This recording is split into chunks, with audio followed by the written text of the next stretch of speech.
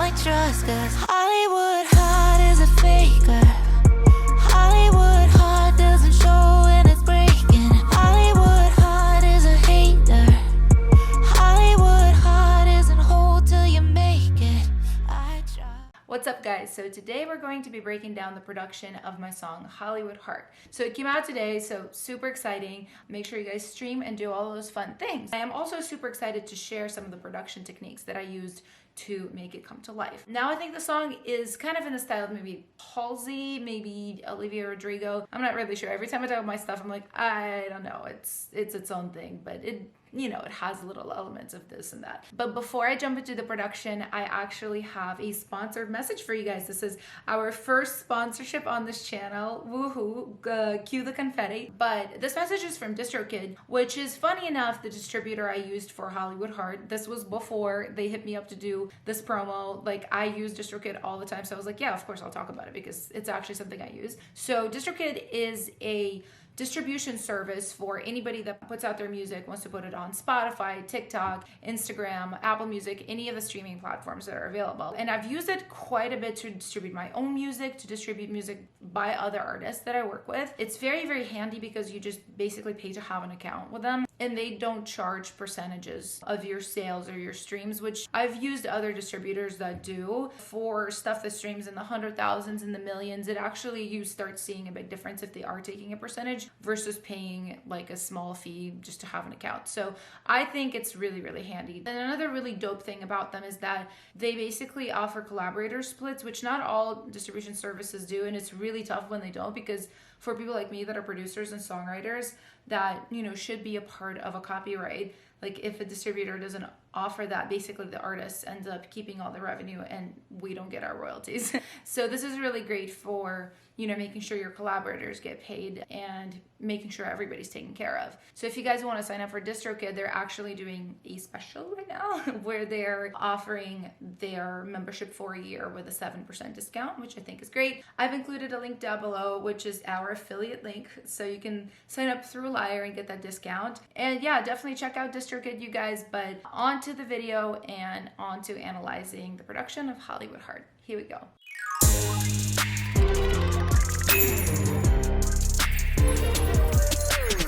Alright guys, so the first thing that you need to know about the song is that I wrote it on guitar. So like with a lot of songs that didn't originate on a computer, I really like to keep the original organic spirit of a song, whether it's a piano song or a guitar song.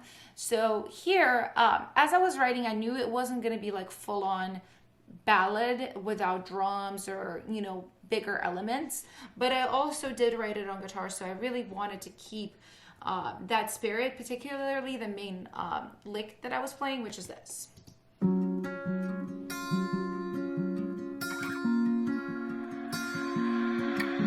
I cannot make a name. So you can tell right away, even if you don't know the song, this is like the main building block of the song.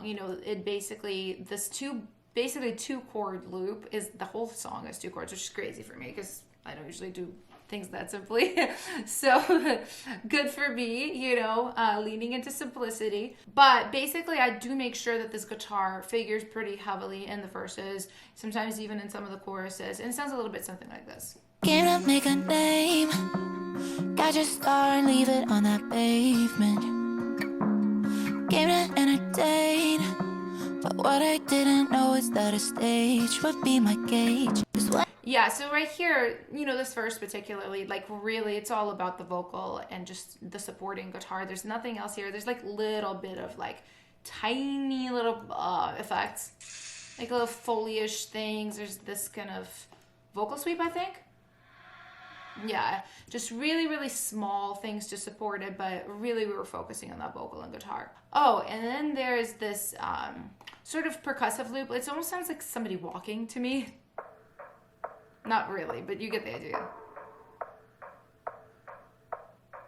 I'm pretty sure this is like a super filtered down like drum kit loop. It's gone through several iterations because I've used it on different sessions before. So I think I've filtered it down myself too. So I'm not even sure like where that originated, but that's what we have. So then the song gets into the pre, and it sounds a little bit like this. Be my gauge, 'cause when you only see your beauty in the applause, you can't love yourself in this silence. So we do have a clap come in here, thickened with a few other elements. It's like a verb clap and just like a pitched snare, really like a tonal snare. The kick drum comes in, soloed, it sounds like this. And one thing, if you guys have watched my previous like older videos, you guys know that I used to do this. I used to drag in samples as waves. And as you see, I've muted this because I saw this and I was just like, this is not my method anymore. So now my method is actually using MIDI for kicks and snares particularly, because I always replace them from the demo stage to like the record stage. I mean, sometimes I don't, but like most of the time I don't have time in like a writing session to like really dial in the snare, really dial in the kick. So I just go with whatever feels good then. Sometimes it ends up being great. Sometimes you can find a better sample. So that's why I use MIDI, so I can just like, woof, like pop them in right here. So yeah, and this, again, this pre-chorus is still pretty small production-wise. Like it's really about that vocal. Silence. Yeah, I wanna see my worth when no one else does. Keep looking and I keep... Yeah, we mostly got this guitar, which is, 2 channels, by the way. I don't know if I mentioned that. Left and right, we just got... I played it twice. It isn't like a stereo recording, and you can tell it's not the same. I think it's fun. I like the kind of imperfection of it being 2 different channels. And then I have this little sort of like stab of electric picks. I just like it comes in these little like holes in the production. Only see your beauty in the applause. You can't love yourself. It comes in under like more sustained notes in the vocals. So yeah, it's definitely still really simple. We've got like some small effects like this reverse guitar. Super, super fun. Yeah, and then when the chorus kicks in, it drops out again, so all the drums are gone again, and we're doing one of these like filter situations where I have like not like a master filter, but really like a filter on all the guitars. So, we're doing this, we're opening up the envelope. I'm gonna play it for you guys. You can hear what I'm talking about. Trying, but I feel my Hollywood heart, and it's every beat is a knockoff. I'm trying to heal my Hollywood heart, but it's hard to get. If you solo this, I think this is all of the guitars. I have so many groups, like group within group within group, that I'm like, wait, what is in here actually?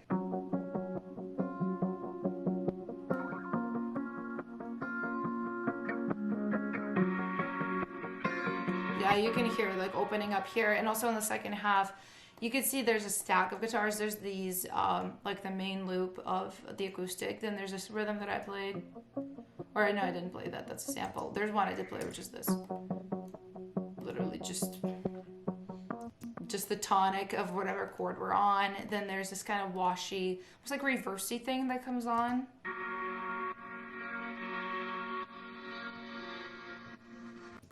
Which is really, really fun. And then another thing that makes this section really different is that we get bass for the first time. feel my Hollywood heart. So I'm pretty sure I have a couple of different tracks here. So yeah, I have like a drone bass. I think this is Trillion. Yeah, it is Trillion.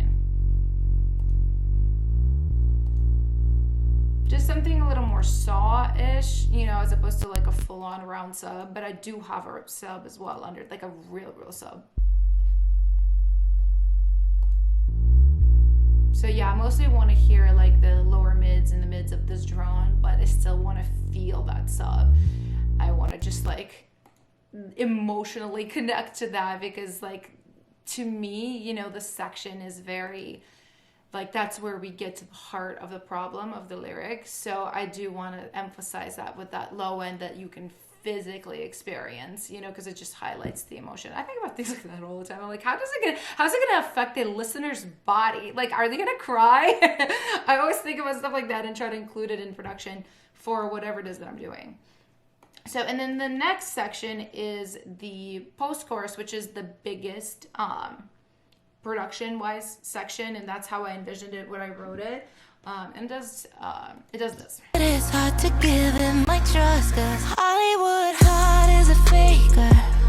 Hollywood heart doesn't show when it's breaking. Hollywood heart is a hater. So yeah, that kick is back. We get a full-on 808 now. You know, so the low end is pretty big. We get the guitar jumps out, which is like a very deliberate move because I think the whole point is like the verses and the pre's are a little earthier, and then the post is like your pop moment, and then the thing that emphasizes the emotion is the bass, not necessarily the guitar. Plus, like, we want to give the ear a little bit of a break. So then, as you can see, it gets back to the guitar in verse 2. So instead of it, I have some more electronic production like this ARP.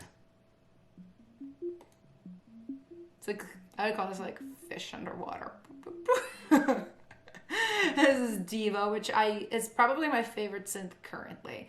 I use this on everything. And I got a little bit of this kind of stabs of piano.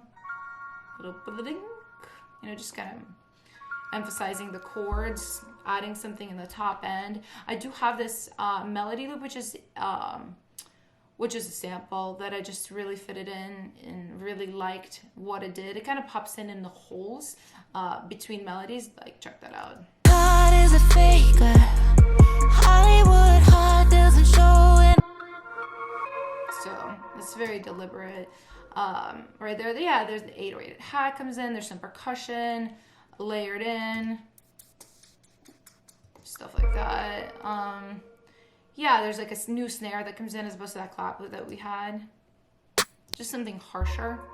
So yeah, that's pretty much the production for the post. I mean, a lot of also what kind of helps develop this is all the background vocals. There's a lot of different types of filtering going on, you know, like on the chorus.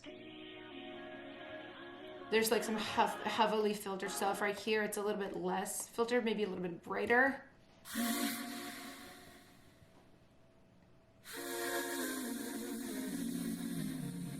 And a slight tremolo on it as well. Yeah, a lot of the backgrounds are like very much carrying this production. So, and then the second verse, we kind of go back to the guitar vibe, but it's a little dronier because again, I'm filtering. Try to be good to the girl on the couch on a free day. Easier to say than do. We're adding things like this. Just like blur. That's what I would call it. Just specifically finding samples that are just creating a lot of that kind of like subtle movement. And it plays off really well, in my opinion, off of the kind of break guitar. So and then we have the second pre, which is very similar to the first pre. I think the only thing different is the background vocals. Not cool, but when you only see your beauty in the applause. The 808 too, we didn't have it on the first pre. So it's like very subtle building. I wanna see my worth when no one else does. Yeah, we're adding things like that. There's a lot of just like weird vocals going on too. Like this is like, I don't know, like phasey stuff. Phasey, verby, tremolo, lowy stuff. I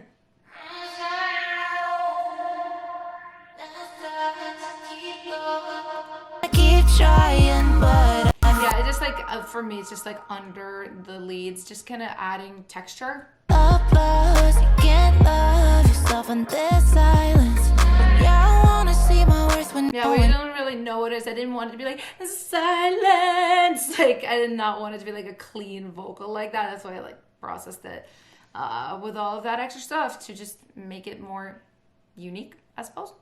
So yeah, and then the second chorus is pretty much the I was gonna say it's the same, and then I caught myself in the middle where I was like, actually it's not. It's really not, because the first chorus is all of this vibe, the broken down vibe, but here it actually goes into like the full track vibe. Feel my Hollywood heart, and it's every beat is a knockoff. I'm So yeah, it's basically this very similar vibe to the post right here, but what I do differently is the first two bars of the second post are broken down, and again, like building back up just to give us a break, because dynamically you just don't want, no matter how big or small, that gets boring. So you want to give some breaks to the ear. Trust, cause Hollywood heart is a faker.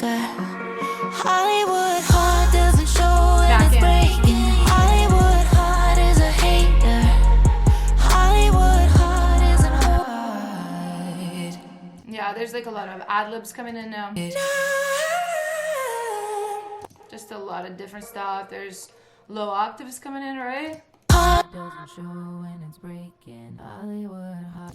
Yeah, so we're just building up a lot with vocals, and then there's this bridge, which is also just very similar vibe to the post and the chorus, but just vocally bigger. Even how I'm singing, most of this is like chill, chill, chill, chill, but right here I'm like really starting to like belt a little bit more.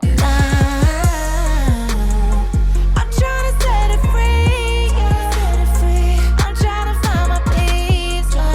Yeah, and then after that it goes to a breakdown chorus. Again, dynamically we need it. We just heard some big sections, so we gotta rest. But I feel my Hollywood heart, and it's every beat is a knockoff. Yeah, and then we're getting back into the vibe. It's hard to give it my trust, cause Hollywood heart is a faker.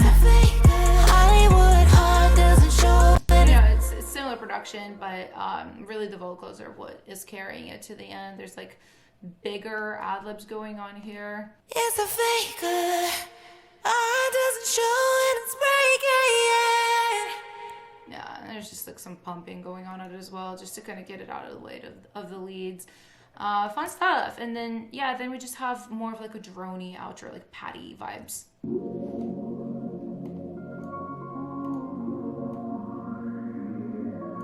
This melody that I played on the piano, it's basically a copy of this motif that we've got going on in the post.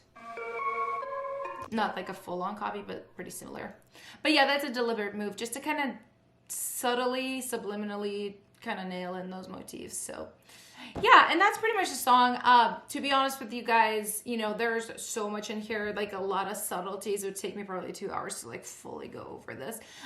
So this is more just like an overview. But I do have something exciting to share with you guys if you're interested in learning more in depth. So this is still pretty secret. This is still kind of under wraps, but I'm basically organizing what I'm tentatively calling for now LYRE Expo. So what it's going to be is a digital event, an online event featuring well-known producers, songwriters, A&Rs from major publishers and labels. And the whole point will be learning what is really going on in the industry, how to pitch your music to publishers in different genres, what labels are really looking for, how to really improve your production to a level where it's truly competitive and commercial, how to write better songs. I'm so excited to be putting together this event for you guys. I don't have dates yet. This is still in its initial stages. So what I want you to do is, if you are interested in learning more in depth, I'm plopping a link down below for the initial waitlist sign up for this event. And once I have more information, you will be one of the first people to find out. I will send you guys an email with all the details. But anyway, that being said, thank you guys so much for watching. If you have questions, leave them down below. And I will see you guys on the next video. Bye.